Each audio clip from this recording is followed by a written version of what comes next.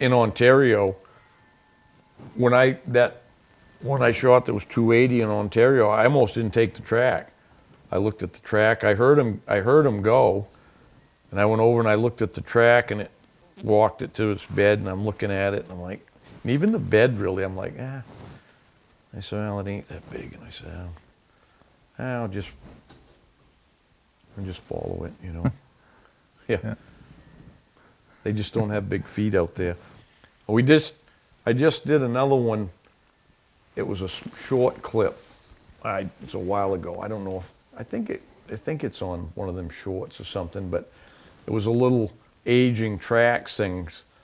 I was out in Ontario with Kevin, used to guide for me, and that buck was the biggest track buck I ever seen in Ontario. We called it a caribou buck because his feet were huge. It would be like a big one back here.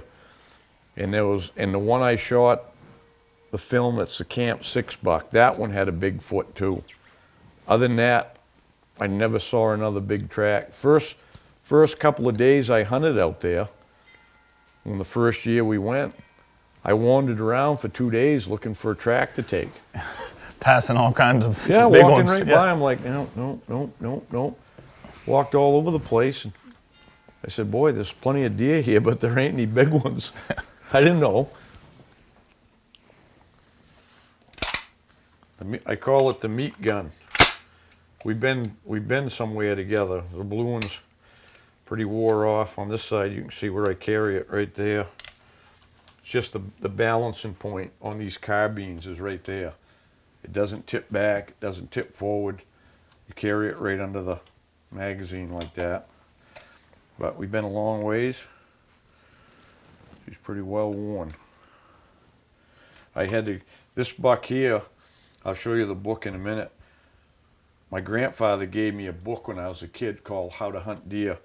And I loved the picture on the front ever since I was a little kid, so I had a gal put this on there, carve it in on the buttstock. And then this here, this is in my first book. I had her put this track in it.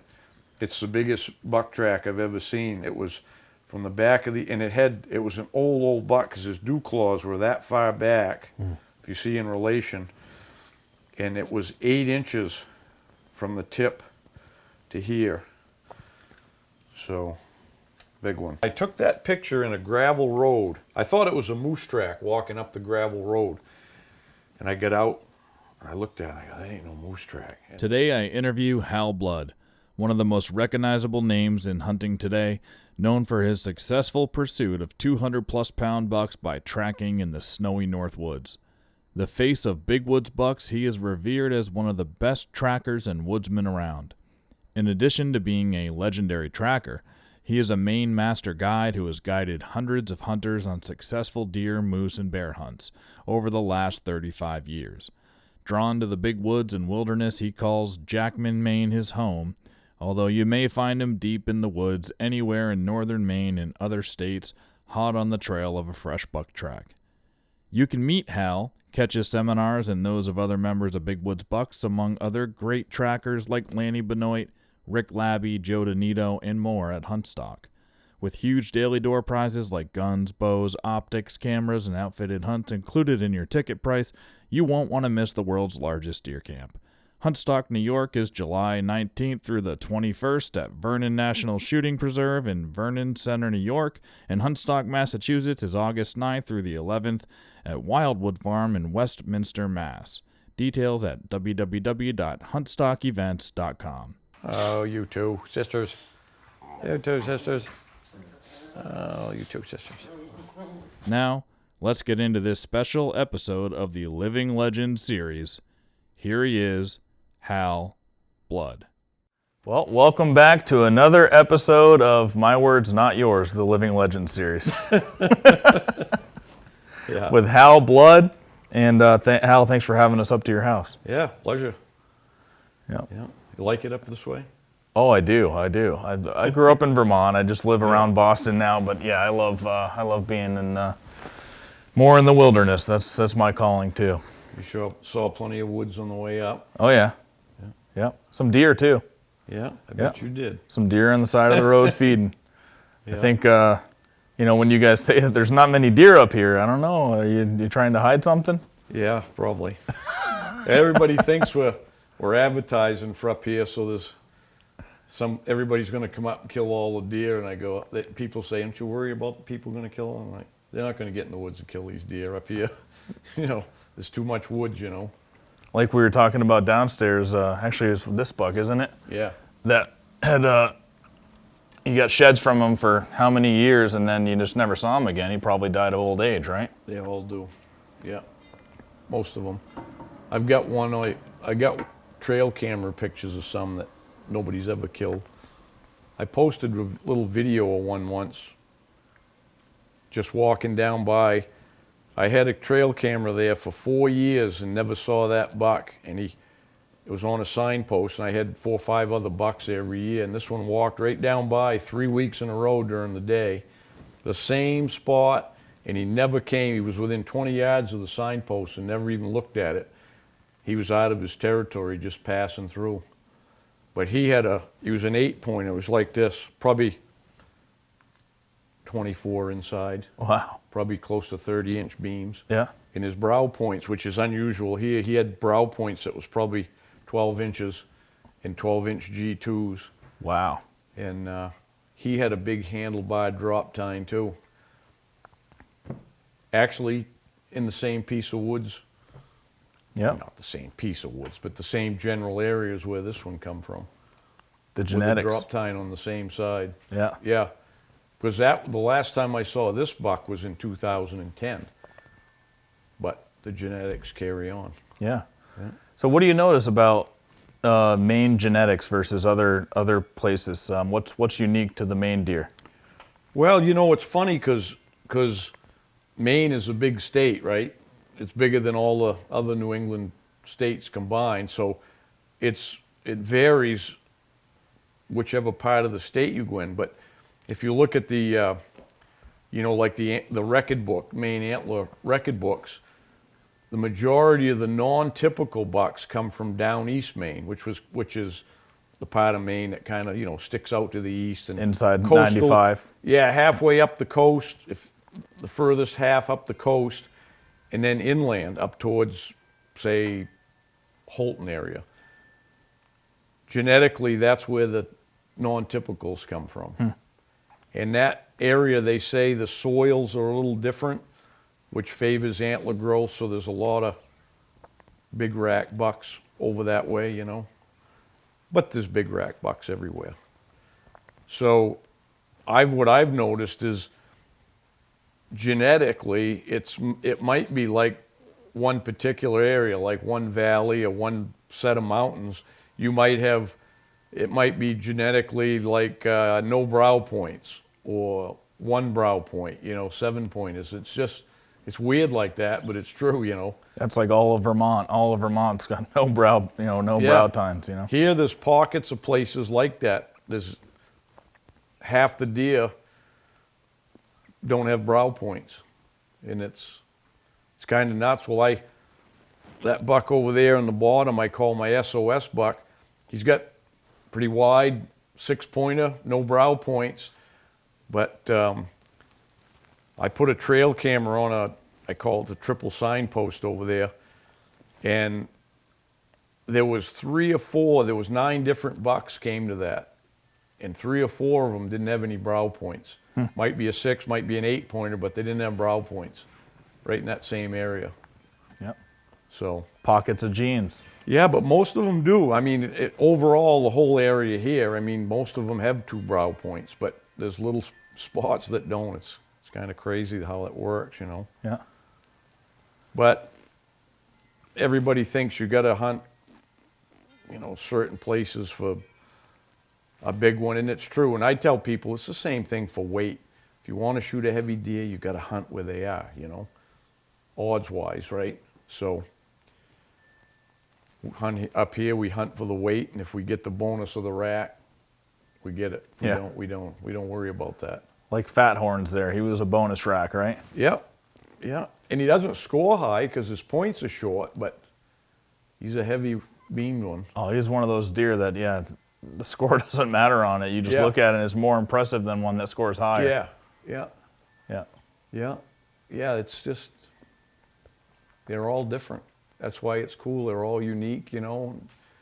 And a lot of times, the ones that are the heaviest ones, you get the ones that are up over 230 or something. They have the worst racks. It seems like they got the genetics for the body, and they don't have as good a racks on average. Now, there's always the exceptions to that rule, but it just seems like it is. It seems like the best racked ones are the ones that weigh between 190 and 210. You Yeah. know what I mean? Yeah. I don't know why that is. It just seems to be. There's a lot of guys shoot big rack bucks that weigh 100 in the 190s, even maybe in the 180s, low 200s. Now up here, do you see that, like when does a buck generally get to 200 pounds? If he's got the genetics and he can get to that weight, are they ever that at a year and a half, or it takes them to get to 2? 3.5. 3.5. They won't be at 2.5. At 2.5, they'll be between 160 and 185, right in there. Yeah. Because at 1.5, and especially like when we have these easy winners where they all make it, even the late fawns that are small, they all make it. So they get a late start in life, so they're not going to be heavy. Some of those might only weigh 100 pounds in the fall. But typically a yearling buck will weigh between 120 and, well, 115 maybe, and 140 is about average. The heaviest yearling I ever saw here was one of my hunters at camp shot. It weighed 155, a spike horn. Yeah. Weighed 155 yearling, yeah. Yeah. So that buck would weigh easily 185, you know, the next year. Yeah. And I've had hunters shoot 180, 85 pound 2-year-old bucks. You know?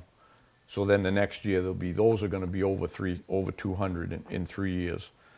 And then we talk about the weight, but quite frankly, because our season is basically the first 2 weeks is before the rut, and the rut starts. If you want to shoot the heavier bucks, you're going to shoot them early, because by Thanksgiving week, it's hard to shoot a 200-pound buck. Yeah, they've run it all off. Yeah. There's a lot of them ones you shoot Thanksgiving week that dress in the 190s. They'd weigh 220, 225 earlier. Yeah. But they just lost it, you know. So. And they're covering a lot more ground during the rut up here, right? Because they've got pockets of does, and they might be traveling 3 or 4 miles to get to the next big pocket, right? So they're covering a lot of ground. Yeah. Yeah, it depends. And again, there's different, like I was telling you earlier, the deer densities aren't the same everywhere up north. So there's places around here, there's always more deer the closer you get to a deer yard. That's a rule. There's always more, because they spread out from the deer yard so far, and there's always more. When you get further from a deer yard, there's fewer deer. And that's where those bucks tend to travel more, because there might be a doe and it's usually the does aren't necessarily in a pocket. It might be a doe with her little one in one little spot there, and then half a mile away there's another one, or a quarter mile. And sometimes there's a couple of does in one spot, but there's not like herds of does and then nothing. Doesn't usually work that way. But the does are usually in the areas where the best feed is, you know, like everybody talks about hunting around the cuts and stuff. Well, that's like a food plot up here. Yeah. So that attracts the does, because they want to bring their babies there for the best feed, right? That's how they raise them up. And but the bucks won't hang around them cuts, you know, them nuclear cuts. They might in the summertime a little bit at night or whatever, but they don't hang there. But they travel to get to those does, and the older they get, the further they start to roam. So. And then at some point, though, when they get to an old enough age, do they shorten that roaming, do you find up here? No, I don't think they do. I just think they get wore out and they stop earlier. You know, they're wore out, and and then one winter they're going to die because they wore themselves out so much. They can't make it. Yep. You know, they can't get, especially if it's a cold, snowy December, because that's the month. No, December's the critical month up here for the deer. If we start getting all that snow in November and it gets cold below zero and it stays that way through December, it's hard on them bucks. So it's kind of like a catch-22 for you guys, because you'd like to have a November and December with good, snow. November anyway. Yeah. I don't care about December too much. Yeah. But I mean, we don't want a lot of snow. No, just like good. the young guys, I hope, see them down at the lodges. They, I hope we get a foot of snow tonight. And I go, I hope we get 2 inches. Yeah. You know, you don't need a foot of snow. It's worse. It's harder tracking in a foot of snow than it is 2 inches. Yeah. So, yeah, but if we can get a little bit of snow through the season, and then it moderates a little bit. But December, we just never know. Some years we get a thaw and it takes most of the snow off, and they have a good December. Like recently, the last, 5 or 6 years, it seems like we've had Decembers like that. Even the years we had all the snow in November, we'd get a warm up in December and it would take it way back down again. Yep. And start over. So up north here, the deer the population revolves around the winters. Nothing to do with hunting pressure. Yeah. Yeah, it's just the winter. If we get, like now the herd is built up and it's at a pretty high point, but it's only going to take one winter to knock it right in half again. Yeah. It happens all the time. That's what Yeah. controls them. So if you want to come up and hunt, do it this season, because you never know. Yeah. Right?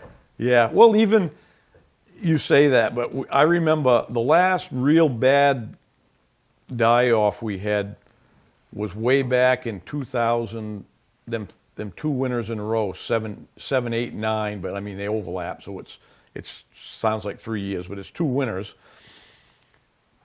We lost around here fully half the deer.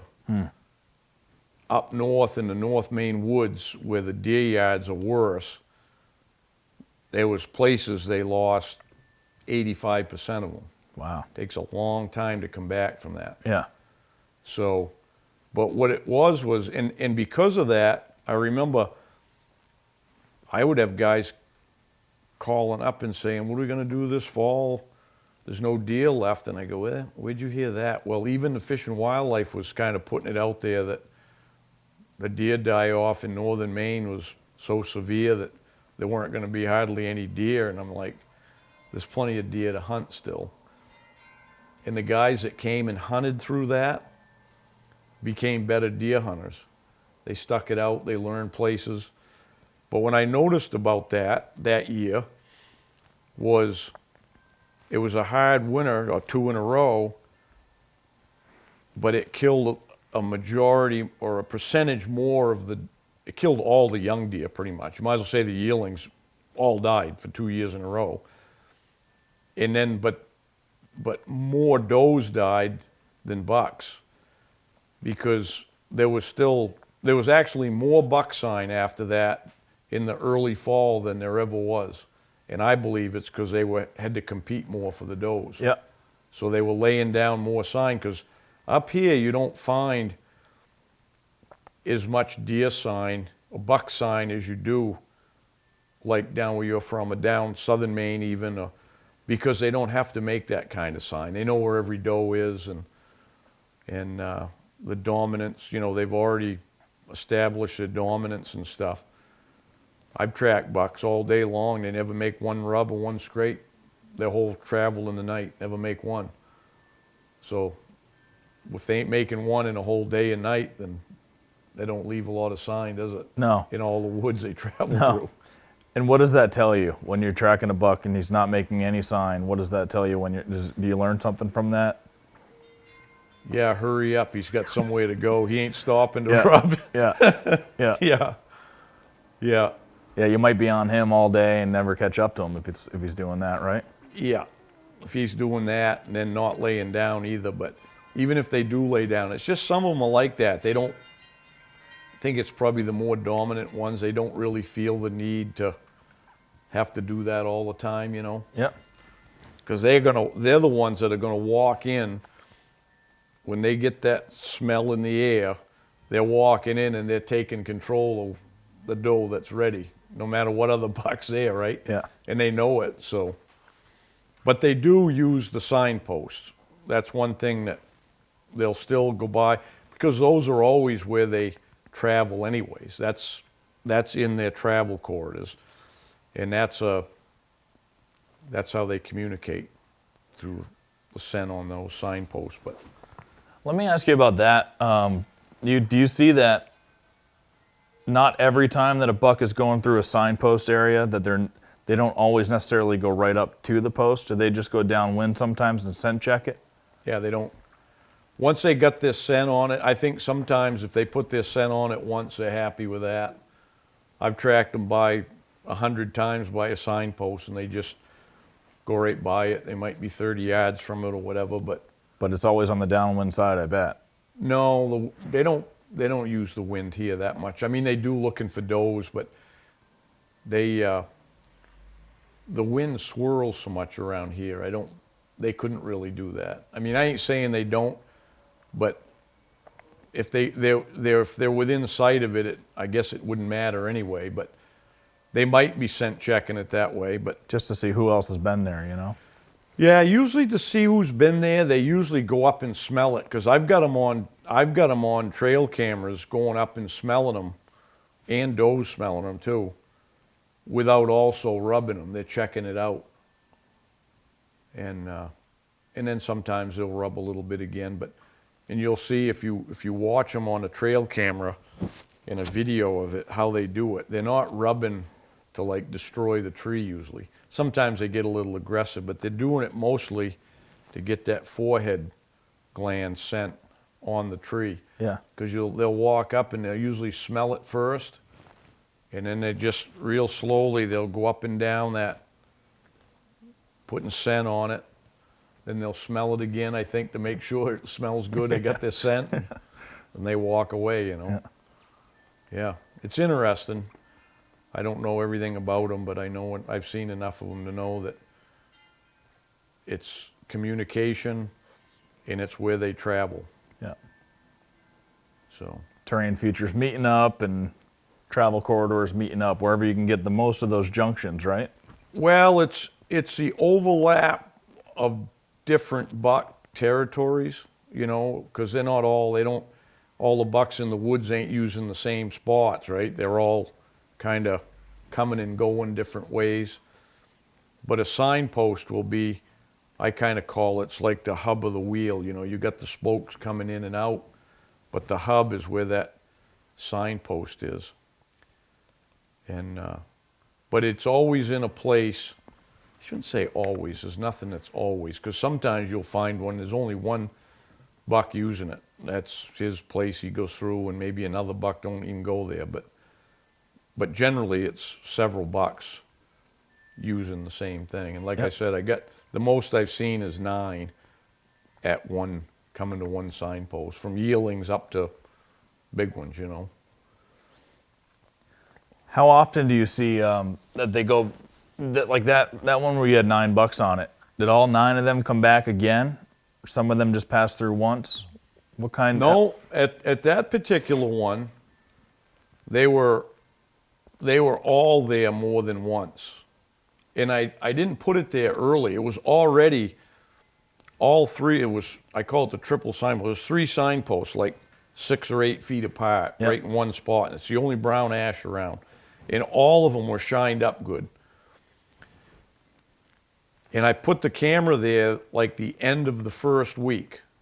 So I missed everything before that. Like normally if I'm going to put camera out on that stuff, I usually do it the 3rd week of October, maybe the last week, but because usually that's when they start doing it. They don't do it any earlier than that. But they were all there, I think, probably at least twice. And the biggest one was a big 10-pointer, big 10-pointer. Good rack, but he was probably dressed 230 to 240, you know, a big deer. And he was there, he come by it 3 times. Twice during the day and once at night. Yeah. Dominant buck. That was his signpost. Yeah, but the other ones were rubbing on him, all of them. It was kind of funny because it was, like I said, there was 3 there. Some of them would go to 2 of them, some would go to 3, some would just go to 1. I think the one sticking out the most, that was the most obvious, was the one that they all seemed to go to the most. Yeah. But the other ones were rubbed, and they were all signposts. They were all good ones. But I call that a signpost area. It isn't. Sometimes I think maybe, and it could have been true on this one, that like if there's 2 or 3 together, maybe one's using a different one. That's the only one he wants to use. I haven't got all that figured out, but it's irrelevant, really. Yeah, It's yeah. not really relevant. Yeah. When you find a place like that, it's like a key. I call it the key to unlocking the big woods, because you can use that to sit, to still hunt through, or to pick up a track. Yeah. So it's a key. That's the key sign. Only at Huntstock, you'll have the chance to win Lanny Benoit's legendary Grey Ghost Chevy Suburban and a one-of-a-kind Lanny Benoit Signature Series Woodman Arms muzzleloader, the first one ever made, plus Lanny Suburban. All you have to do is buy your tickets online to Huntstock. Every single person who buys an online ticket at www.huntstockevents.com will get a raffle ticket to this historic raffle when you check in at Huntstock. This raffle is going to be at both Huntstock events, Huntstock New York and Huntstock Massachusetts, and we're going to draw a winner at Huntstock Massachusetts on Sunday. However, you do not need to be present to win. You'll put down your name, email address, and phone number, and if you win, we will get in touch with you. This is the Grey Ghost right here. I'm pretty proud of her because she goes really good 4-wheeling. And if you can't go there with this, you don't need to try. Because it'll go places. It ain't jacked way up in the air, but trust me, it does go places. So we'll get into, in kind of the second half of the podcast, we'll get into a lot of tactics and your strategies and stuff on tracking. But what I want to do is let the people get to know Hal Blood a little bit here and start at the beginning of your whole story, right? And I don't know if that's how'd you grow up? What was your childhood like? I grew up in the 60s, you know. I was born in 57, so through the 60s. My sister just gave me a picture recently. I think I put it on Facebook. It was my first deer hunt. I had my red, probably snowsuit on. I was probably 5 years old, maybe 6. Probably 5. But my father would take me. He was a pretty big hunter. I mean, he worked a lot, so he didn't get to go a lot. Mm-hmm. But he went his Saturdays, and he was a truck driver, so sometimes he'd have a day off in the week and he'd go. But it seemed like even when I was that young, I would get to go like once a year. And he would drag me with him, and I'm sure he knew his chances were pretty slim. Yeah. But he used to mostly go sit somewhere, you know. He'd go sit on a crossing or a stump. And that was in southern Maine, where there was hardly any deer in the 60s, even in the 70s. Very few deer. And then they started spreading that way. You know, the big deer hunters come up north here back then. 60s and 70s and 80s. I mean, it was the heyday up in the North Maine woods and up north. So, but my father would seem to get a deer about every 3-4 years. There'd be a deer hanging in the garage, and back then it was either sex. Nobody cared what they shot. It was a big deal to shoot a deer down there, yeah. You know? Yep. And so he'd take me, and then when I was 10, I could carry the rifle, so he gave me his .30-30 Winchester, and then he had to borrow a gun from my uncle, so he had a gun to go with, and so I always went, and I started rabbit hunting when I was 10. My grandfather was a big rabbit hunter. He loved rabbit hunting, always had beagles his whole life. So I'd go rabbit hunting with him all winter. Every weekend I'd go out and stay with my grandparents just so I could help my grandfather with his chores, and then we'd go rabbit hunting, you know. So, yeah, I've always been in the woods, and I grew up kind of in a a rural area, not wooded. It was. I grew up in the greater Portland area. When I was till 10, we lived in Westbrook, but we lived out in the countryside of Westbrook. You know, there was like a neighborhood there, but there was lots of woods too. You know, but I was in the woods every day because back in them days, parents didn't hover over their kids. You didn't hang around the house. Yeah. You were out Yeah. in the summer all day.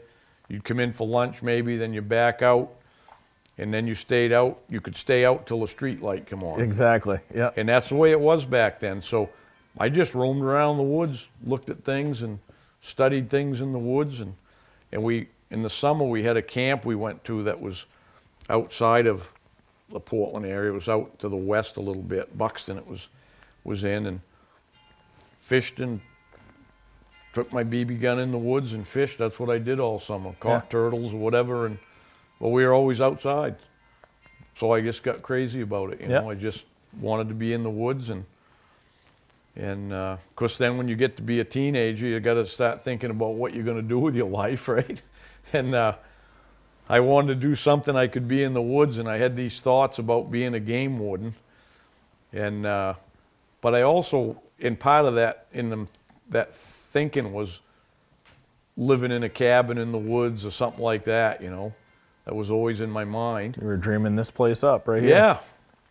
So, when I went in the Marine Corps. When I graduated high school, went in the Marine Corps, and the reason I went in was because you had to be 20 to be a game warden. I said, maybe I'll be a game warden. I'll be in the woods. And so the year, 6 months before I got out, I wrote to the state for an application, and they weren't even taking applications. They said they wrote me a letter back, not taking applications. I go, now what? I just got married. I got to support my wife, and so I got out anyways, and I had to get a job. I got a job in Hannaford's down in the warehouse, grocery warehouse, you know. Hated it. Yeah. You know, and I worked there. I made it 2 years. And were you merchandising? I did that for a little while, just unloading trucks, unloading the big boxes, and then putting stickers of the prices on everything and then putting them on the shelves. I did that. No, I wasn't in the store. I was in the warehouse. We were selecting the food orders that went to the store. Yeah. So you'd get your order, and you'd go around the warehouse and you'd pick the cases and palletize them and take them up front. And the guys loading the trucks would load them on the trucks. Yep. Kind of mindless work, I thought. But anyways, then my father-in-law asked me if I wanted to try lobstering. And by the way, that was like a blessing in disguise that they weren't taking applications, because that changed kind of the course of things, right? Of course. Because then I figured out afterwards, once I got to be up here in the woods, I'm like, these game wardens will get no time off in November. So my father-in-law asked me if I wanted to try lobstering. All I could think of was outside work and no time clock. I said, yeah, I'm in. Yeah. So I went down, started working for him down Harpswell. That's where my wife grew up, you know, and she was happy about that because she was down there, and her mother lived there, her father lived there. They were divorced, but they both lived there. And I went with him for 2 years, a stern man, and then I figured there was more money to be made if you had your own boat. So I got my own boat and started on my own. And what'd you call the boat? It already had a name. I bought it 2 years old. It was called the Kimberly Ann. Bought it from a friend of mine. Well, one of the guys down there, and they were down there that Deb grew up with them. You know, it was a small town. So, I bought that boat. And I told her when I started, I said, I'm going to do this for 10 years. I said, then we're moving north. So to me, it was kind of like a means to the end, you know. Yeah. And so I just started working hard at it and looking for some land. I looked actually around different parts of the state, but I started hunting here. Well, to back up just a little bit, the year I got out of the Marine Corps, I went into worked in Hannaford's. I started, I think, in July, and of course that year I didn't get a vacation, but come the first of the year, I'd have a vacation pick. And back then, because there was fewer deer, there was only 3 weeks in southern Maine for the season. There was 4 up north. So it opened a week earlier up here. So that's the only week I could get because everybody deer hunted. So I said, well, I'll go up north because we fished here. My father and his relatives and stuff started bringing me up here when I was 16 fishing. We'd go back, camp in the woods and fish, and Memorial weekend we'd trout fish. And I always saw deer and tracks, and I said, yeah, I'll go up there and hunt. And that's what I did. So I got that week, and I talked my father into coming. And we had a little pop-up camper he borrowed from his cousin, and we headed up. We just went back camped in the same gravel pit we camped in fishing, and I ended up shooting a one-horn spike horn that year on Friday, I think it was. We'd got a little bit of snow, and then it melted and got crusty and noisy and stuff. And I didn't know what I was doing up here because it was totally different from where I'd been hunting down east in Maine. But I just roamed around, and when we did have a little bit of snow, I remember getting on a buck track one day. It seemed like a pretty big one, and jumped it and all of that. So that's where it all began. But the one thing that came out of that first trip was I wanted to come back. I was like, I kind of didn't lose interest in hunting anywhere else, but I said, I got to go back and keep going at that. I just fell in love with how big the woods was and all of that. You know? Something was drawing you to it, you know? Yeah, I was. I just got drawn to it. And the next year my father wouldn't come because he froze to death, and I talked a buddy into coming, and we did it again. And that year we didn't have any snow, and we roamed around, same thing. I can't remember. We probably saw some deer, whatever, but didn't shoot nothing up here.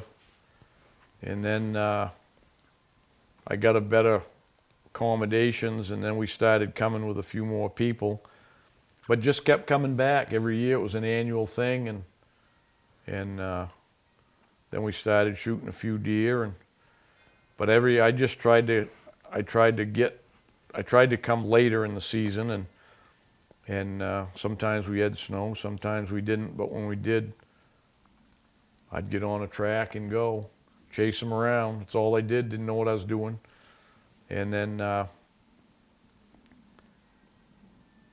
finally, where we had been hunting, every year it seemed like there was less and less deer. What we didn't realize was, they were cutting that deer yard beyond that. The deer from in there were going to a deer yard up above here. It's called Canada Falls Lake, and they were cutting all that. And the deer was getting real low, and the coyotes were moving in thick. So I asked an old timer from town, trapped in there, to camp in there. I asked if there's any place with any more deer, and he told me to come out, this way and like west of 201. And so then we started hunting out this way. And that first year we come out, I'd shot a few bucks in there, and then the first year we come out, I shot my first buck tracking. The first day I went, it was the first week of the season. Shot a 10-point that weighed 185. I think it was one of them. Might have been 3.5, but it was maybe even 2.5. But it was a 10-pointer, and that was my first one tracking. And then I just set my sights higher. I said, now I got to get a bigger one. But once it happened, it was like all of a sudden it was like the light bulb come on, and then every year after that I'd shoot a nice buck, Yeah. Yeah. And as far as the life planning part goes, when you first started coming up here, you were still working at Hannaford's, right? No, yeah. You took For that the week off, and the first 2 years, yeah. And Yeah. then I was working for my father-in-law, and he'd let me take a week off. And then when I got going, when I got my own boat, I had payments and trying to get gear going. And that's when you told your wife, 10 years and we're going to move up north. That must have been after you You Yeah, started having because- some success up here, and you're like, Yeah. And then I only started coming like when the weather was bad. Like if we'd get a blow down on the coast 2 or 3 days, I'd run up and hunt 2 or 3 days, and I'd run back. I couldn't take a week, I had to go every day I could back then, Yeah, then we found some land in up here in 1988. I bought 25 acres of land, and the next year we started building the first camp and Yeah. built the whole sporting camp from scratch and built the business up and all that. So did you stick to that 10 years? You had your boat for 10 years, and then that was it? I only made it 9. Yeah, I made it 9 years, and then guys, because once we built a couple cabins, I had put snowmobilers in there and stuff, and they started asking me about things, and if I did bear hunts or I did other stuff, and I'm like, geez, I better move up here so I can do all that, Yeah. right? Yeah. So I cut it short. She weren't too happy about that, but cut it short a year, drag her up here. How did you meet your wife? That's kind of interesting. When I met her, my parents had moved we lived in Westbrook till I was 10. We outgrew the house. They had 5 of us kids, and it was only a 3-bedroom house in Cape. And then they moved to Yarmouth and they sold their house in Westbrook and rented a place in Yarmouth. And we were only there a year, and then the people that owned it decided to sell it. My parents couldn't afford it. It was a big, big house. So they found another rent, and we lived in they moved into Portland out in North Deering, which is not too far from Falmouth. And so I went through high school there in Portland. And Deb's grandmother lived across the street from us. We were the last house on a dead-end road, and they were on the other side of the road, on the dead-end road. And then there was 4 kids in her family, and I never even really noticed, you know what I mean? I didn't pay much attention, but it was the summer I was going in the Marine Corps. I was all signed up. I was leaving in August, and I think I met her in July. Yeah. Maybe early July. She had come down to spend the summer with her grandmother, and she was 15. And she just turned 15, and I just turned 18. And it's kind of funny. Me and my buddy Bruce, we were driving out the road. We were going out somewhere after work, and we're driving out the road, and I can see this blonde chick walking up the road there, and I'm like, that don't look familiar. On my road, right? Yeah. There's like 10 dead houses. end road, yeah. Yeah, 10 houses on the whole road, Yeah. And we went by, and I'm going, I got to find out who that is, So I asked my little sister, I said, hey, who's that blonde girl in the neighborhood? Oh, she goes, that's Mrs. Whitten's granddaughter. And I said, I'd like to meet Mrs. Whitten's granddaughter. She goes, well, I'll tell her. I said, yeah. At our driveway, it was a drainage ditch. There was a drainage ditch there, and there was one of them white barrier fences there. Yeah. And I said, well, have her be over on the fence at 5 o'clock tomorrow. She goes, well, I'll tell her. So I was painting for my uncle all summer there. I got home from work, got in the shower, and I looked out the window. She's sitting on the fence. Nice. That's where it started. And I told her, I said, hey, in a month, I'm out of here. I don't know what I'm doing for 4 years. I signed up for the Marine Corps, and they got me. I really liked her and everything, but I said, I don't expect you to hang around, wait for me. So we were kind of a little off and on, we kept in touch. We'd write. Back then you had to write, right? Yep. Once in a while you go get a payphone, put a dime in it or something. But one thing led to another throughout the 4 years, and about the middle of it, that's when her parents was going through the divorce, and she needed to get out of it. She was the oldest, and she was basically taking care of her 2 sisters and her brother, and she felt like she didn't want to do it or couldn't take it anymore. So she wanted to move out, and I said, well, I was on a cruise at the time. We were over in the North Atlantic, training with the Allies over there, Denmark and Germany and England. And she said, I'm going to move out of the house. I said, well, wait till I get back. I said, let me see what I can do. So you couldn't afford a place on your own with the pay we was getting. So I got another buddy to go in with me, and we rented a trailer out in the countryside there. And back then you could rent one for $100 a month, 110 or something, you know. Yeah, yeah. So she moved down. I had to go ask her father. I said, father's name was Bobby. I said, and he was a Marine too, you know. I said, Bobby, what do you think about me bringing Deb down to North Carolina with me? He goes, I think it's a hell of a good idea. So I went up the hill and I said, pack your suitcase, we're out of here. Yeah, that's awesome. We jumped in I had a 72 Cutlass Supreme. Yeah. We jumped in the car and headed to North Carolina. Yeah. Yeah. She was 16 then.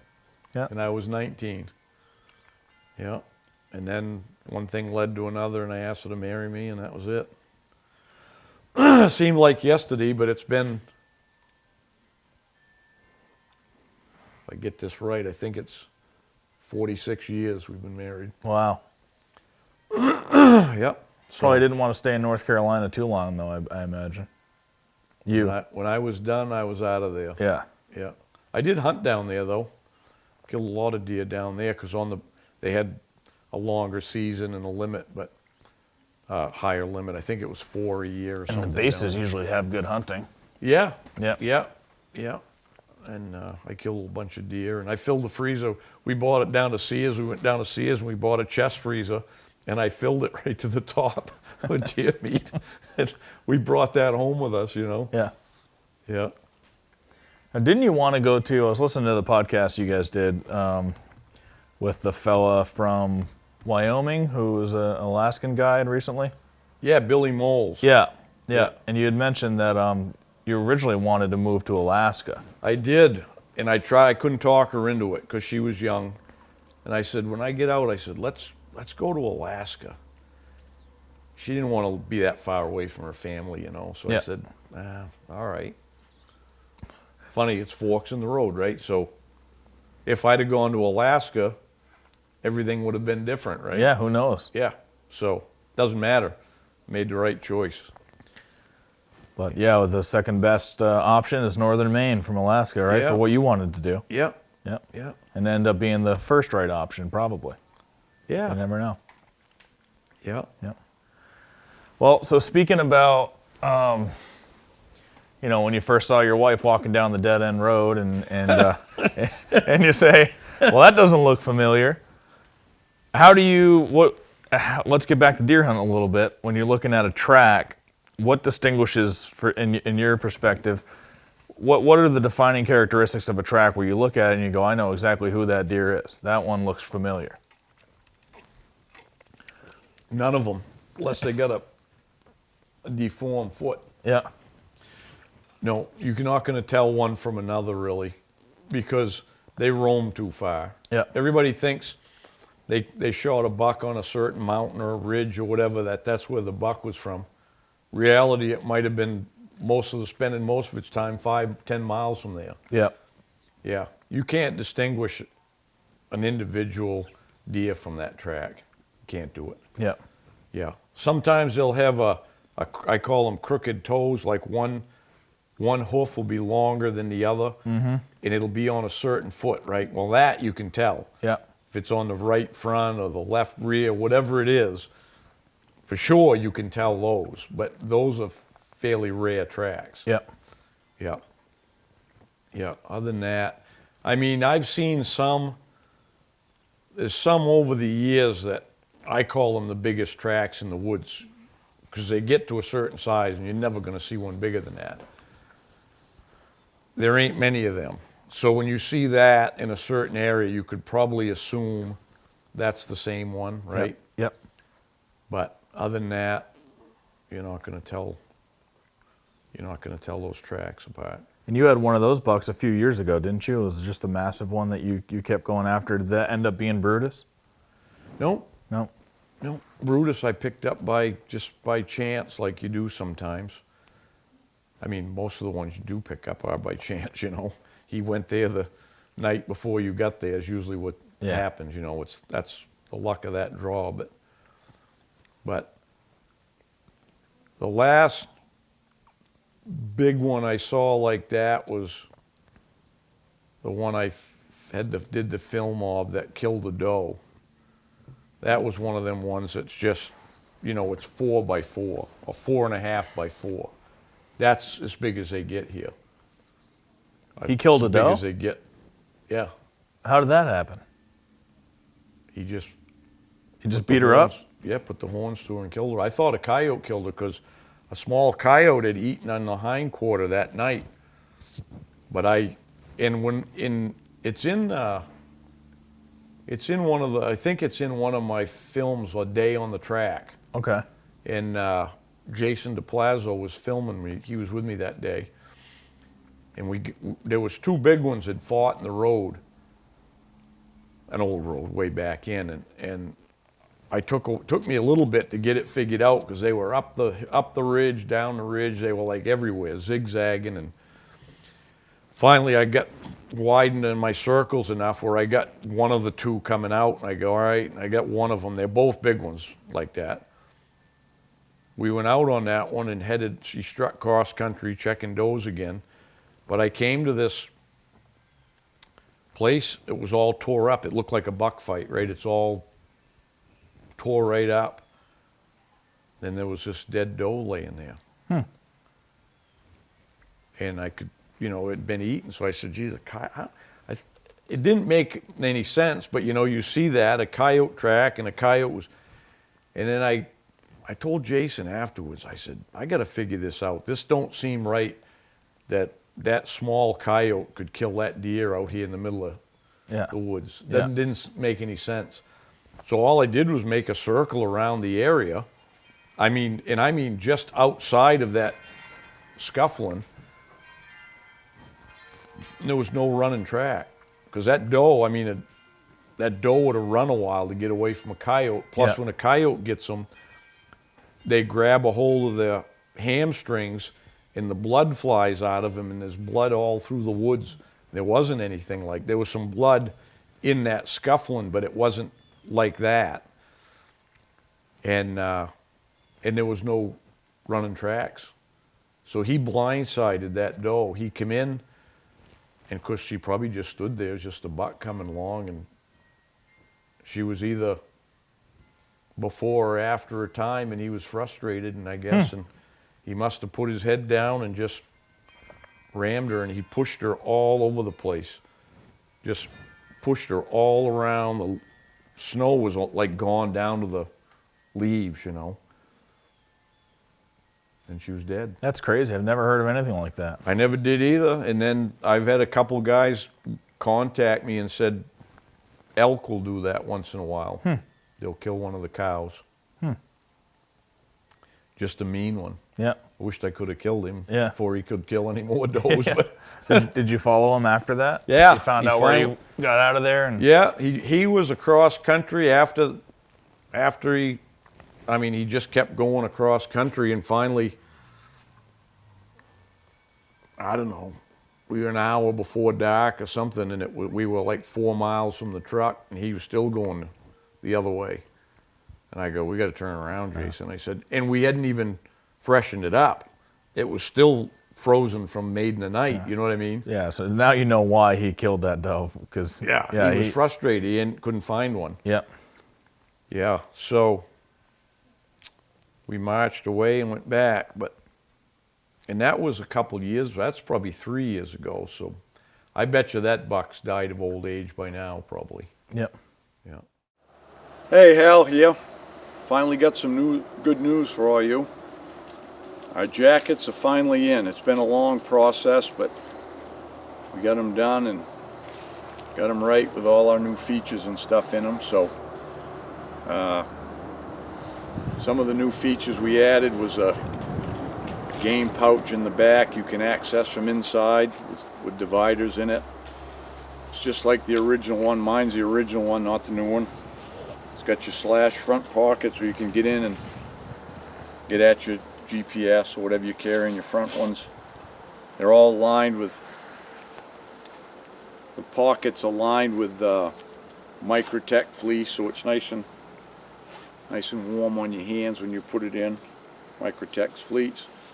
Got your slash pockets here. Just 100% wool, virgin wool. I think they call it's 100% virgin wool, but it's 85% wool with some nylon to make it stronger. Tight woven. And the vest, I don't have the vest on it. The vest snaps on, your orange cape comes with it. And we're gonna have the green checkered jackets come in 22-ounce wool, and we have plain green, forest green, same color as our pants that are coming, and those are in 18-ounce, a lighter wool, so you can have a 3-season jacket or a 4-seasons jacket. And the pants will be coming in a couple weeks, and just in time for deer season. So get them ordered up and we'll get them shipped right out to you. All right, after a short break, I'm back with the 2023 Blood Reunion Horseshoe Champion, Hal Blood. Did you find that on the shelf downstairs? I found it on the way to the bathroom there. Yeah. So are you, you play some horseshoes? Yeah, I used to more than I do now. Yeah. Yeah. At our family reunions, we always had a tournament, and I don't know, it was $2 then or something there, and then the winners, it was teams. So we'd draw for teams, put the names in a hat or something, and draw names for teams, and yeah, I won quite a few of them trophies. Yeah, horseshoes is fun. I was going to ask when you were talking about high school, did you play sports in high school? I didn't have time for that stuff. Yep, you were already thinking about. Sports were in the fall. Yep. Yeah. No, I didn't. They tried to get me to play track when I was in, I don't know, 7th, 8th grade or something, and I signed up, and I went through September, but October 1st, when bird and rabbit season opened, I didn't go to no more practice. I went, because it was usually Saturdays was practice and stuff. I'm like, hey, I can't do that stuff. Yep. Never played sports in school, no. Yeah, I remember when I was in high school, I never played basketball until freshman year in high school, and I played freshman year and sophomore year, and then going into junior year, basketball started like the beginning of December in Vermont, and that's when our muzzleloader season was, and I loved hunting muzzleloader, and I was, we'd have a practice on Saturday morning or something, and I was like, look, I can't, tomorrow's opening day of muzzleloader. And he's like, well, you better make a decision. And so I quit basketball then, because I just, Yeah, well, for me it was, they tried to get me to play basketball because I was a beanpole too, and I rabbit hunted all winter.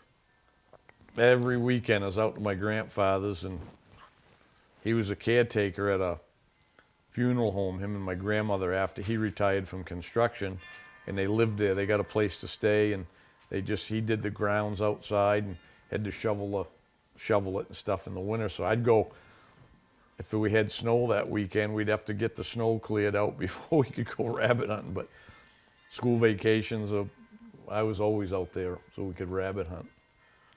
Yeah. Now, is that, did rabbit hunting have any effect on how good of a shot you became or anything like that? Did that translate into you as a deer hunter? Yeah, it absolutely does, especially for running shots. Because you have to develop muscle memory for that stuff. And once you do it, how many times you're going to shoot a running deer, or it's one thing to shoot at a running deer, but if you don't get it, you don't know where you shot, right? Yeah. You have no idea where you're hitting. It's until you finally shoot one that you say, aha, now I know what I did.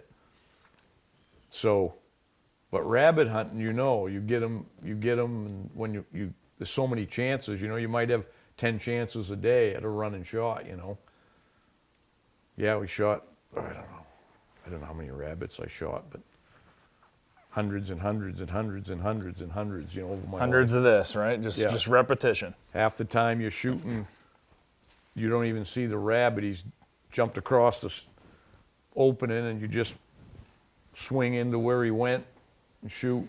That gives you your swing and your all of that. And if you get him, you know what you did, right? Yeah. Yeah, that's it. That's the best practice for running deer shooting right there, because they kind of jump the same way. I mean, a deer's not steamrolling along straight. Right. They're bounding, and that's the same thing a rabbit does, So it's virtually the same thing, but it is the best practice. So yeah. What about on tracking or looking for the tracks? Does that have any relation to? Yeah, it does, because You had to see where they're going. You had to when get we the were dogs on. when we were kids with our 22s, we used to track rabbits around for each other. We'd go on Saturday, and a couple of us in the wintertime, and one of us kids would take the track, and the other would wait, and then we'd So without dogs, you were doing. Yeah. we'd holler, here he comes, we'd holler something, but we'd still try to shoot them ourselves if we could see them before they ran off. Mm-hmm. So yeah, that was because doing that, you learn how to untangle tracks, because you get in a rabbit thicket, there's going to be a lot of tracks, right? Mm-hmm. And you also, like, especially if you got a fresh snow, you look for the fresher one, and tangle in. So it has something to do with it, yeah, Yeah. for sure. Yeah. And So- so let's talk about, like, you got the best snow that you could ask for, which is maybe explain what your dream morning is when you wake up for to go tracking. What does it look like? What's the weather like? Couple inches of snow on the ground, and some wind. I don't care how much wind it is, doesn't matter. But wind levels the playing field a little bit, I actually, usually when you get the wet snows, you don't have wind with it. That's the stuff that hangs in the trees, and the limbs are all hanging, and then if it warms up, it's going to drip or whatever. But I actually like the dry snow, because the dry snow, when you got wind, it blows out of the trees and it's underneath. If you get wet snow, a couple inches, it might be bare ground under the green trees, right? So if you got blowing snow and you get 2-3 inches of snow and you still got some wind rustling the leaves and moving the limbs, I call them buck killing days. That's Yeah. the day you're going to get one. Yeah. Yeah. All right. So you wake up on a buck killing day, and where are you going first to look for a track, and how are you approaching that? I just pick a place out of my mind and go. Yeah. I never. You know it the night before, or you know it in Nope. the morning? No. I get up in the morning and I see where it is, because sometimes here it might be an inch of snow here on the ground, but I know places there might be 3 inches, on some mountain or something like that. So then I'll decide where I'm going. And there's mountains all around. I might head north, west, south. You know what I mean? I don't know where I'm going. So that's why I don't decide the night before, because I might have some ideas floating around in my mind, especially if they're not calling for snow, but maybe there is snow on the ground, maybe there ain't, whatever. But sometimes I'm driving out my driveway, and I still don't know where I'm going. Yeah. And I get down to the end of my driveway, and I go, am I going to... I stop for a minute. I go, where am I? Thinking of all these things, left, right. Am I going left or right here? And then I pick one, and then I'm going, which logging road am I going to take? Yeah. Well, I committed this way, now I gotta. Yeah, that's what I do. And people think it's kind of weird, but it's just taking a hunch, because it really don't matter. Because finding the track you want that day is luck, Yeah. right? Yeah. To get the right one on the right day. Now you can increase your odds of your luck by knowing the territory or knowing Where the where the signposts signposts are. You might go check or whatever it is, but ultimately you're just hoping you catch the track. And because I'm pretty fussy about the tracks I take. You know, I'm taking like, you know, 10% of the tracks, buck tracks, you know. The other 90%, I walk by them, I look at them, and I go, no. Yeah. Because I'm looking for the 10% one, right? Yeah. So it's not hard to find a buck track. I mean, I can probably find a buck track in the first 10, 15 minutes every morning. Yep. But the one I want sometimes takes a while. Yeah. Yeah. So what time are you leaving on a day? Like when you're getting up the track, what time do you leave your house normally? I leave the house to get where I want to hunt at daylight. I You don't leave drive at daylight, or you? No, No. Yeah. If I'm sitting here, like I get up and make my own breakfast in the morning, and I'm thinking about something. By then, I know where I'm probably going to go because I know what the weather is in the morning when I get up. So then I'll think about it. I say, maybe I'll go here today, and if it's a half-hour drive, Yeah. I cut myself a half an hour to get there. And Yeah. I don't want to get somewhere and sit around the truck for half an hour and wait till daylight. Yeah. Once in a great while, you get lucky and you catch a track from the road. Okay, I change where I'm going, but I just plan on cutting my time to get there at daylight so I can strap my pack on, load my gun, and head in the woods. Yeah. That's it. And most of the time, you do find your tracks off, not from the road. It's while you're out walking. Yeah. It's when you're in the woods. Yeah, most of the time. I have maybe, I don't know how many times it is, but probably once or twice a year I find a good one from the road. Yeah, Yeah. but not often enough to keep driving the roads looking Yeah. for them. Cutting daylight on the roads. Some guys around here, they're 4 o'clock in the morning, they're riding the roads, and I'm like, what are they doing?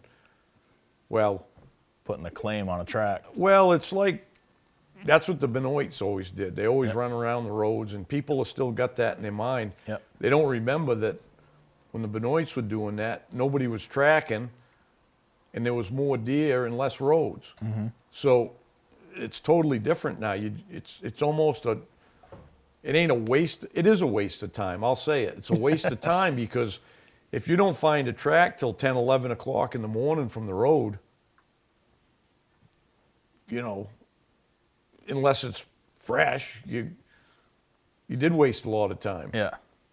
I try to be on a track if I can't, you know, and most days I can get started by 8 o'clock in the morning if say it's roughly daylight around 7 in November, and usually within an hour I cover enough ground to find something to start on, even if it may not be the one I want, but it may be one. I call them either ors. I'll say, well, I'll start on this one because it might take me to another one. Yeah. I just got to get a start somewhere. Yeah. But I don't want to get my start from the road. I think half them guys that by 10 o'clock, they're still in the truck, you know, drinking coffee and eating donuts, and then they're not going to get out of the Yeah, truck. exactly. Then you call it a day. Yep. Yep. Yeah. So when you get your start on a good one, well, once you know where you're going, like you're on the road, you've made all your decisions, this is where I'm going to go check. You get in there, you get out of the truck at daylight, head out into the woods. Do you have a strategy there where you're like, all right, I guess depending on where you are, maybe it's to go check a signpost first, but what I'm trying to get at is, do you like to get up high earlier in the morning, or do you like to try to, you know, not burn your legs going up and down and try to get around, you know, the lower levels through the terrain? Or like, how do you conquer the terrain out there when you're looking for a track to make sure that you've got the stamina for the day and all that? Well, I typically try to run the mountains or the ridges across, side hilling them. Whether I got to go up to make that happen, it doesn't matter. But yeah, it's always easier to go up a mountain first thing in the morning. Yeah. Then later in the day, you're looking up and you're going, is it going to be worth it, right? Yeah. So yeah, obviously, if I'm going to cut a pretty high mountain, there's a certain level I want to cut across that. So I'll go up there in the morning and then just side hill it. Because usually the bucks, if they're going to lay down, especially on a mountain, they're going up somewhere and lay down. By going across the side of the mountain, you're going to cut that track somewhere. Going up, yeah.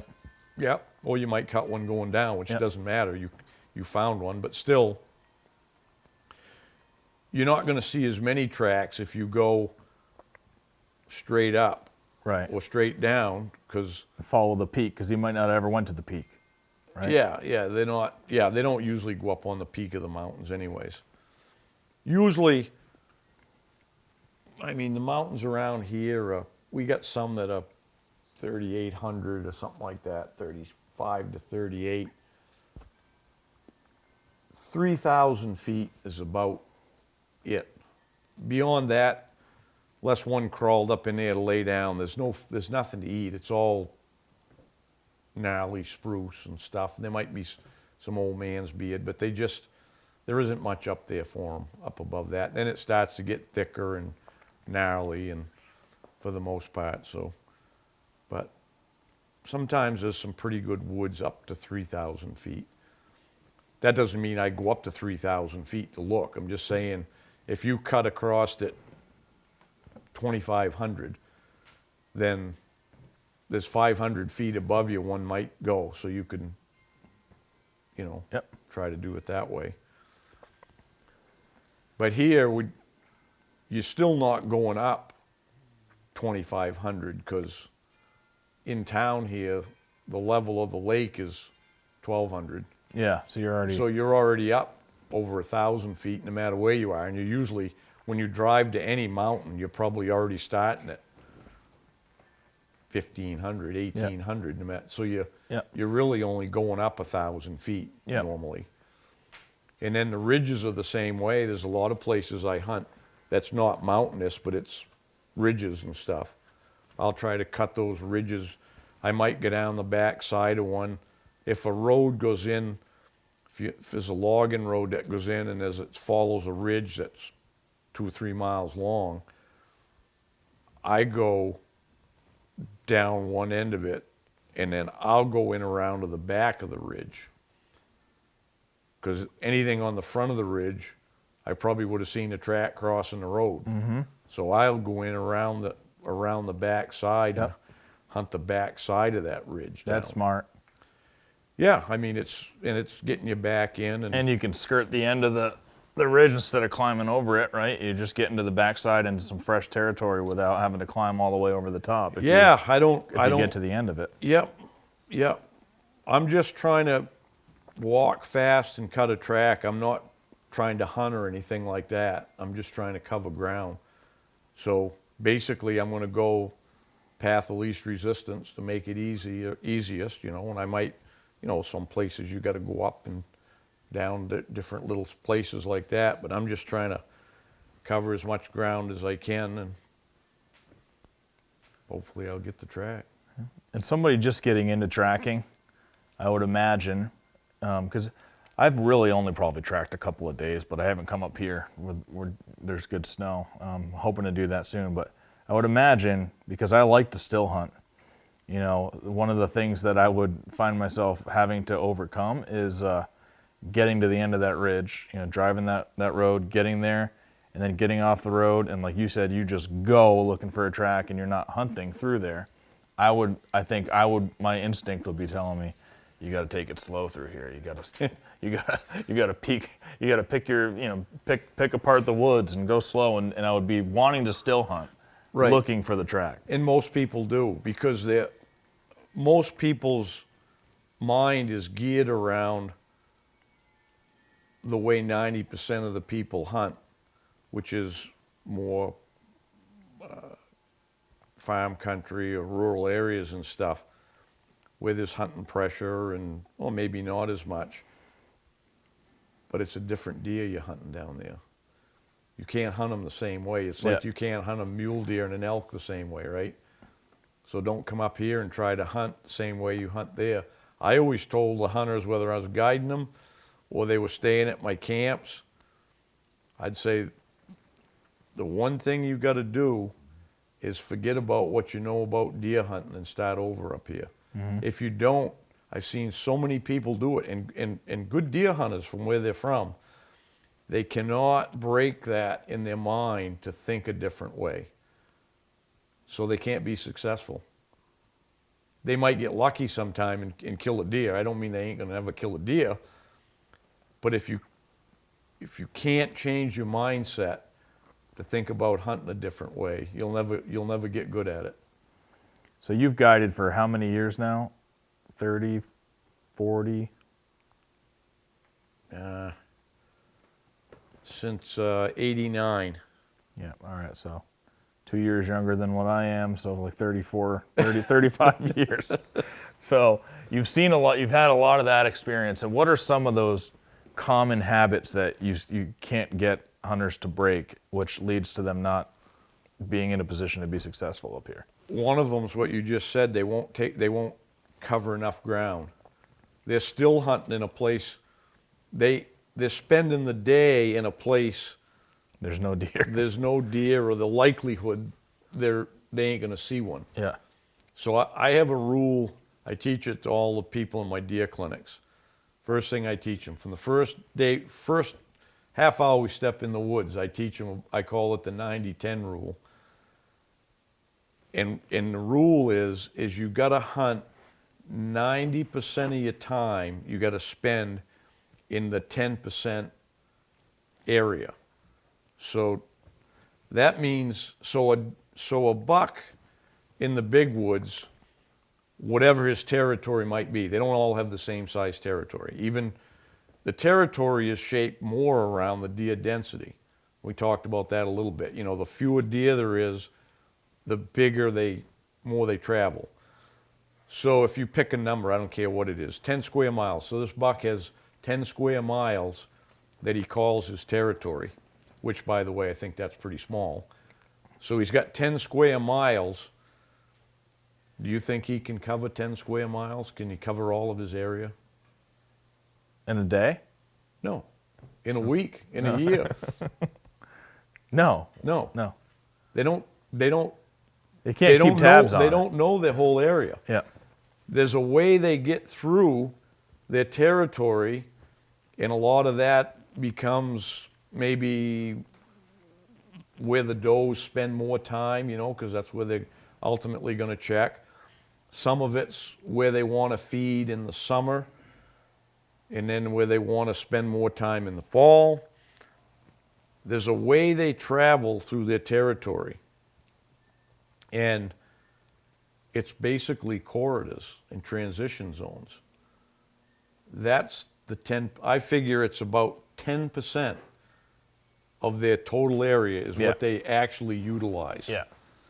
And so that breaks it down to one square mile, right? Yeah. So you're not actually looking at it as, imagine that's a 10 square mile circle, you know, they're 1 square mile circle. It's actually just all the travel corridors and adding all that up. It might up. be 100-yard corridor all the way through there for miles. But that's what they're using most of the time, and not, you don't mean it as in, you know, this 1 mile part of the ridge. Nope. They travel in 10%. It's corridors and transition zones, and that's what it is. And it's all through there. Like there might be a different transition zone they take one time and then another.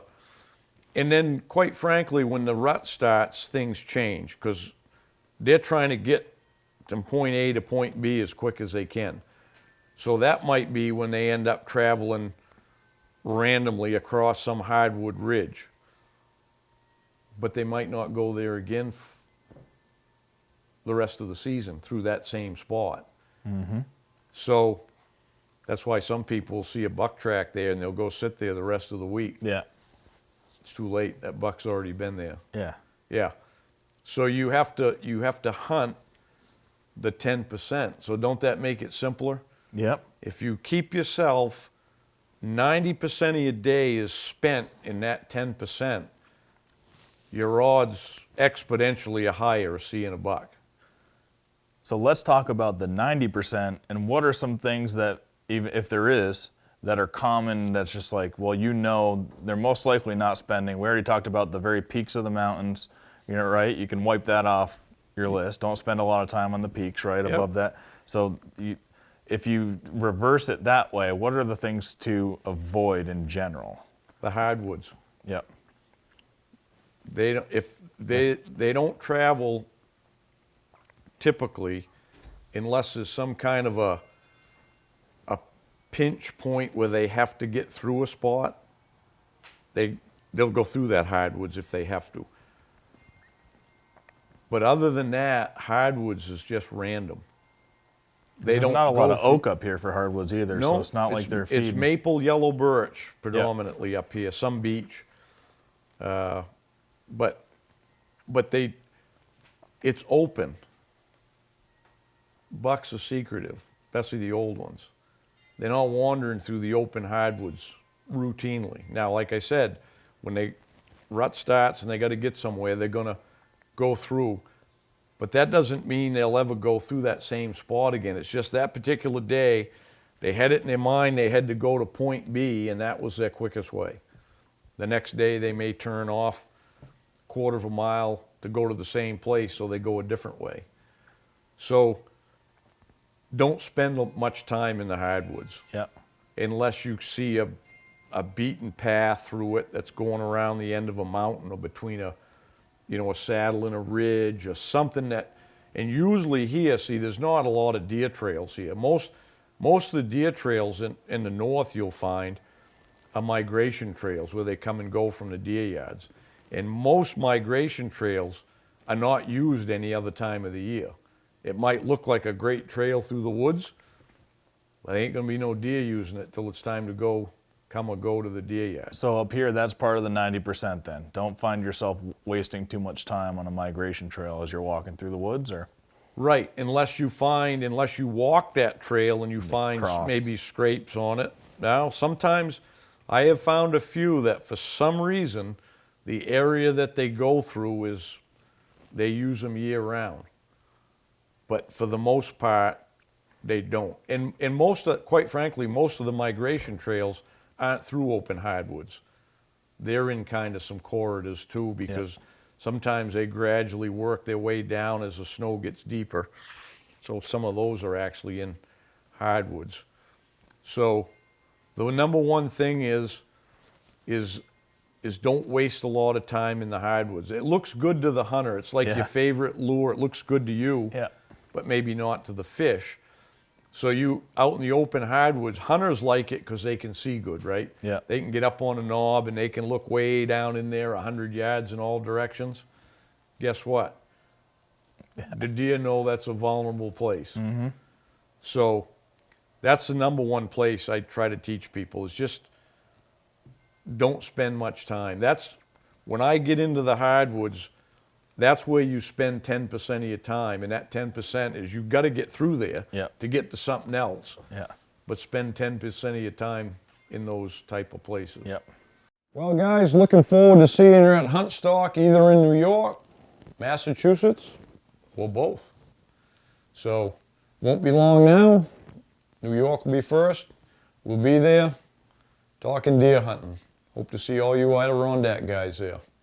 And then in Massachusetts, I know we're going to see all you people that are usually there and some more. And don't forget about your meatloaf sandwiches.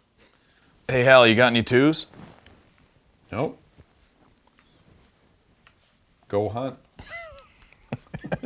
How about a couple of zeros?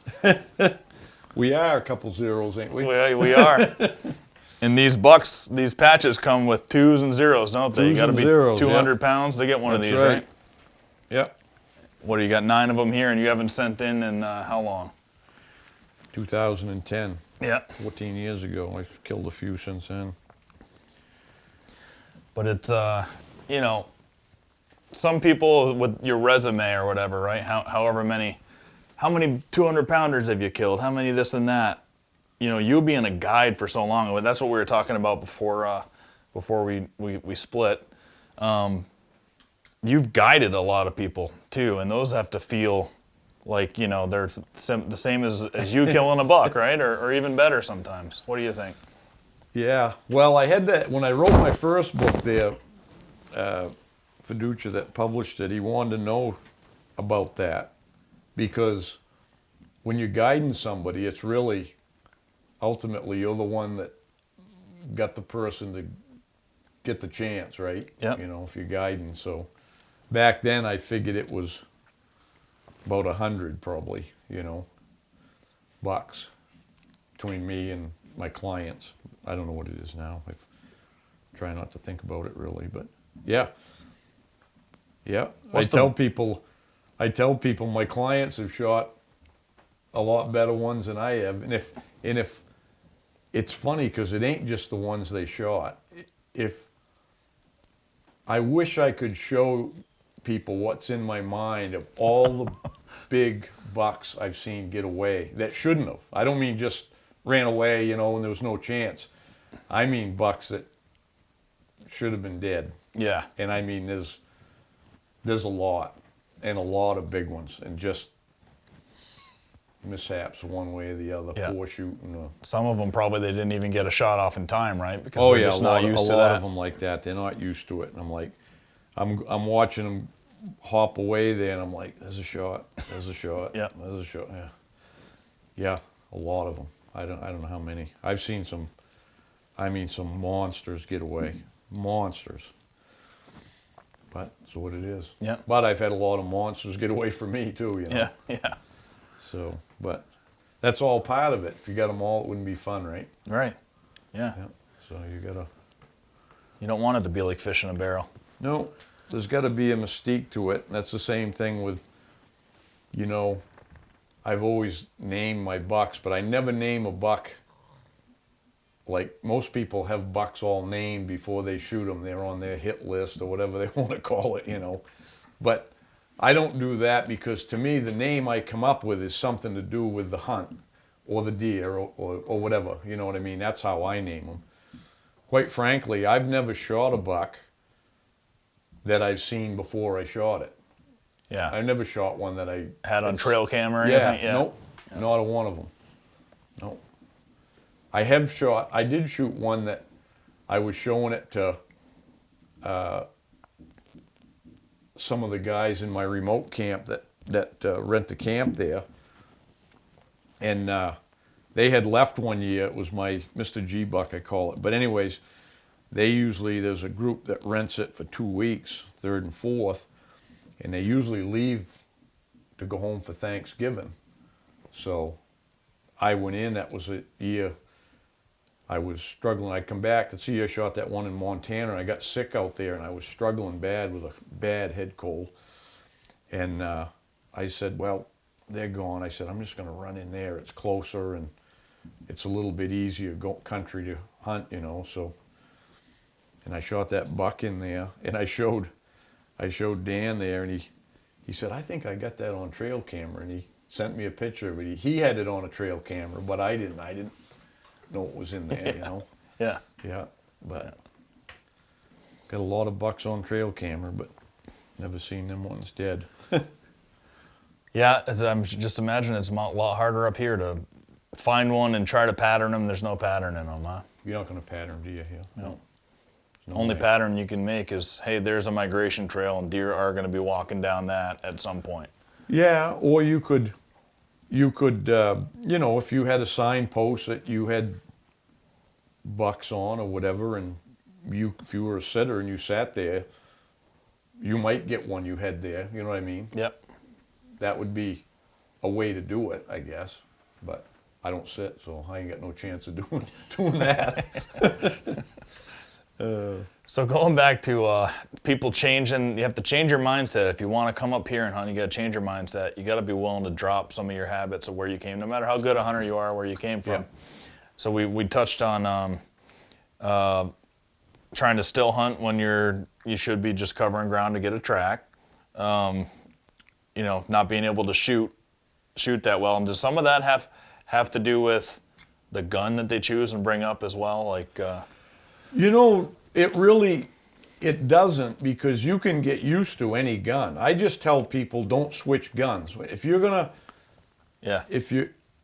pick the gun you want, whether it's a bolt action or a lever action or a pump or a semi, but stick with it. Don't use this one this day and a different action the next day, because you never develop muscle memory for that gun. So you'll always be wondering which one which safety's coming off. And them split seconds matter. And if you're fumbling with your safety because you forgot you had this gun today and instead of yesterday, you might blow a chance at a good one, Yeah.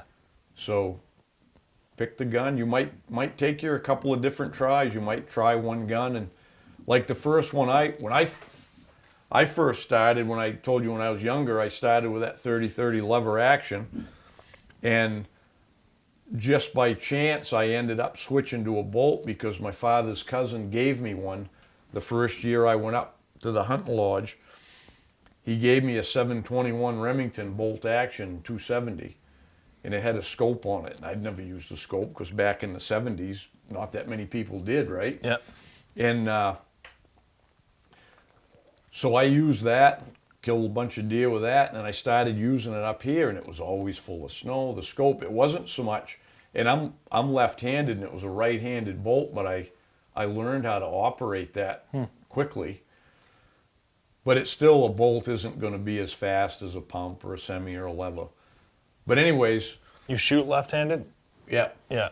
So how are you were, and then how are you actually operating it? I would just hold it by the pistol grip in my right shoulder, and I would drop this hand. It was like this. Okay. Huh. This never came out. It stayed in my shoulder. Yeah. But you were holding the whole weight of the gun with that. Yeah, but it was for just a split second. Yeah, just a split second. Yeah. As soon as you just slide your hand back, yeah. I mean, that's nothing, when your hand goes back, you're on it again. But I could operate that pretty fast, but I learned how to do it because it was repetition, Mm-hmm. And then I didn't like the scope, and what really changed me over was there was a guy in camp. They were all older guys. I was the only kid that hunted there. They were all like my father's age or older, the next generation. It was 2 generations ahead of me. And one of the guys that owned the camp, his name was Richard Trask. We used to do these little pushes, not really drives because we were still hunting. We'd kind of line up, and a few of us would still hunt through, and we'd put usually the older fellas down on the crossings or whatever. And this guy named Richard, he would, if he was sitting, a deer never got by that guy. Like a lot of the guys, I didn't get him to run by, I didn't get him. None ever got by Richard. If Richard fired, we was dragging. But he had a 760 pump, and he had a peep sight on it. He had the Williams peep, and I asked him after a couple of years I was there, I said, "Can I look at your gun there, Richard?" It was in the corner over in the kitchen. We were having breakfast there. Yeah, go ahead. So I started looking at it, and he was kind of telling me about it, the pump. And he showed me, he said, "You see the peep sight here, you take the aperture out." He's the one that told me about all of that. And then so I asked him, because when I had that in the mornings, I'd run around with that 30-30 there with open sights, buckhorn sights. I shot at all kinds of deer, and I never cut a hair. Yeah. And I didn't know why till I figured out probably I was shooting over, because you have a tendency not to bring the bead down all the way down when you're running. So I said, "How about if they're running?" I said, "Put the bead right on it. Swing with it with the bead on it. You don't need the lead." And I go, "All right." Sound like rabbit hunting to me, Yeah. So that's how I got those tips from him, and then when I started hunting up here, and then I went the first probably 8 years with that bolt, and then I bought actually 1 year I bought it cheap. It was a 742, the semi-automatic, and I didn't like how it carried. I put the peep on it. I didn't like it. It seemed heavy and clunky, and it was a carbine. So I said, "I'm going to get the pump." And so I got a pump, put the peep sight on it, and that was it. First one I bought, that's the one I still use. Just felt great, didn't it? Yeah. Yeah, that's it. Felt right. But by sticking with the same gun, you develop the muscle memory for it. So like I don't physically know that I take my safety off. Somehow when the gun's in my shoulder, the safety's off. I don't know when it got off. Yep. I know it's in the process of bringing the gun up, but I don't physically think about that or mentally think about it. But it's off. And I've, of course most of the muzzle loaders had a hammer on them, so back in the old day, I would have to switch to the hammer, and that's cost me several big bucks. Just having to think about, I got to pull the hammer back. That extra second or so to get the hammer back cost me several big bucks over the years. So when you develop the muscle memory, it becomes a lot easier, Yep. So. Was that guy Richard shooting one shot every time, or would you hear a bunch going off at, Depends. Yeah. Because I think he would shoot until they went down. Yeah, because when you're that's what I do. Even if I know I hit him, if he's still going, he's getting another one. Yep. Yeah. So he would be rat-a-tat-tat, but there'd always be a deal laying there when we got to him. Yeah. Yeah. Yeah. How much? Go ahead. No, what was you gonna say? No, I was gonna sidetrack you. So. No, I got sidetracked back because I thought it was an important point when you started talking about some of the things you got to change your mindset to here. But the other biggest thing people can't get out of their mind is feeding and bedding areas. Yes. That is the biggest thing where people are so stuck on that that they'll never hunt right here if they can't forget that. Yeah. Because the feed is pretty much the same everywhere. And if it isn't, they're just moving along to the next place where the feed is they want it. And then when they get done, especially the does, I mean, they'll just feed along for whatever time, and then when they get ready to lay down, they usually just plop down where they are, or they might go up a little bit or something. And then when they get up, they don't go back to where they were. They just continue wandering down the ridge, and feed's the same everywhere. They just pick here and pick there, and they're like nomads, like like we were way back in the day. Just you spend one night somewhere, you eat there, and then you move on along the river, and you keep doing that, right? Yep. And the bucks and the does they favor different foods for some reason. And I think the bucks favor the feed because they're usually, and in the summertime it's not, they'll feed in the new growth and all that.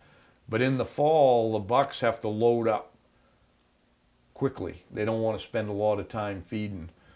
So they'll tend to eat bulkier things like mushrooms, I call them a marshmallow mushroom on the birch if they find those. Or they'll get into a blown down spruce with that old man's beard. And I mean, they'll clean a whole tree right off from that because it's all in one spot. And they're done. Does that old man's beard have nutritional value for them? Yeah, it's high nutrition. Yeah. It actually is for people. If you look in them books for like the old lost ways and stuff, it's actually a antibiotics type stuff in it. So, yeah, it's high nutrition. They'll eat that all winter.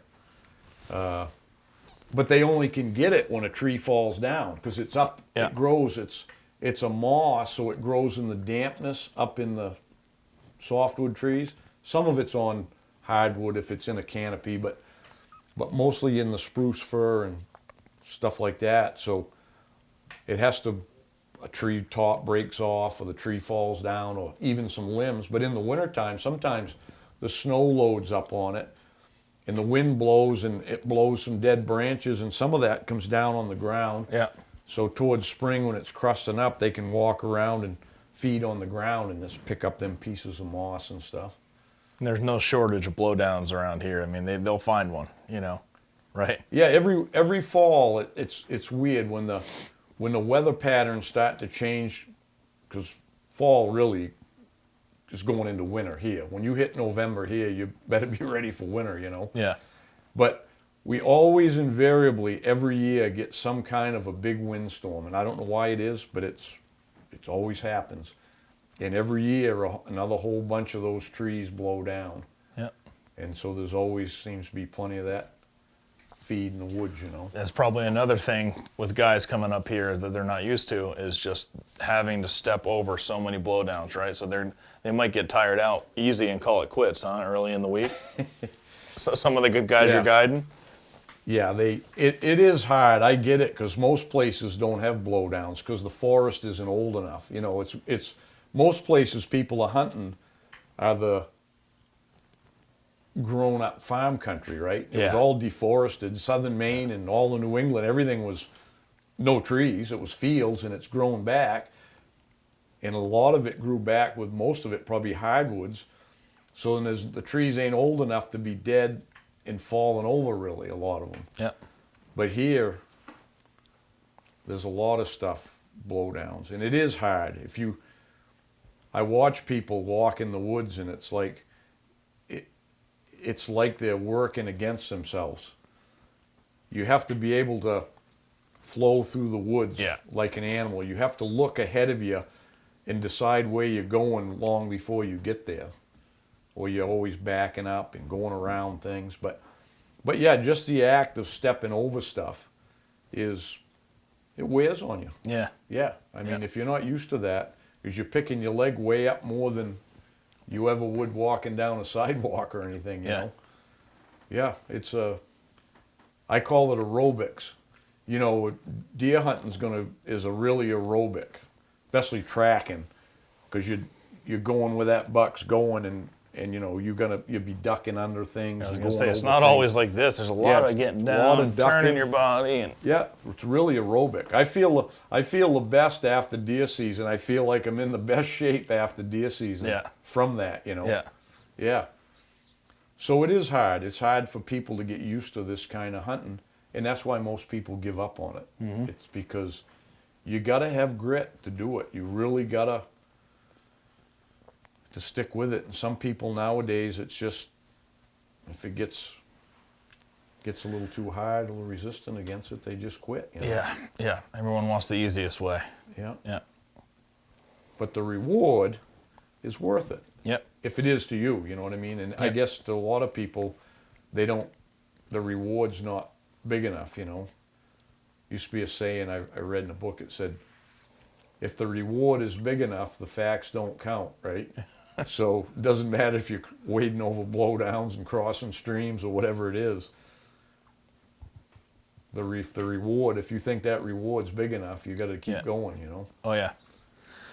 Yeah, like I still enjoy going to Vermont and hunting out of my deer camp there. You know, it's been in the family since 1958, and a couple hundred deer killed there, and we got a list on the wall that shows every deer killed and when it was killed and who killed it and how big it was and that's cool. Blah blah blah. And I still enjoy going back there and shooting a little 4-pointer because I don't get to go up there a lot, so I just go out in the woods, and if I shoot a 4-pointer, that reward to me feels just like any big buck I've shot. Yeah. I tell people when I'm teaching them, if you can track down and kill a spike horn, you've accomplished far more than shooting some 150-inch 8-pointer out in the bean field. Yes. That's not a big deal. Yep.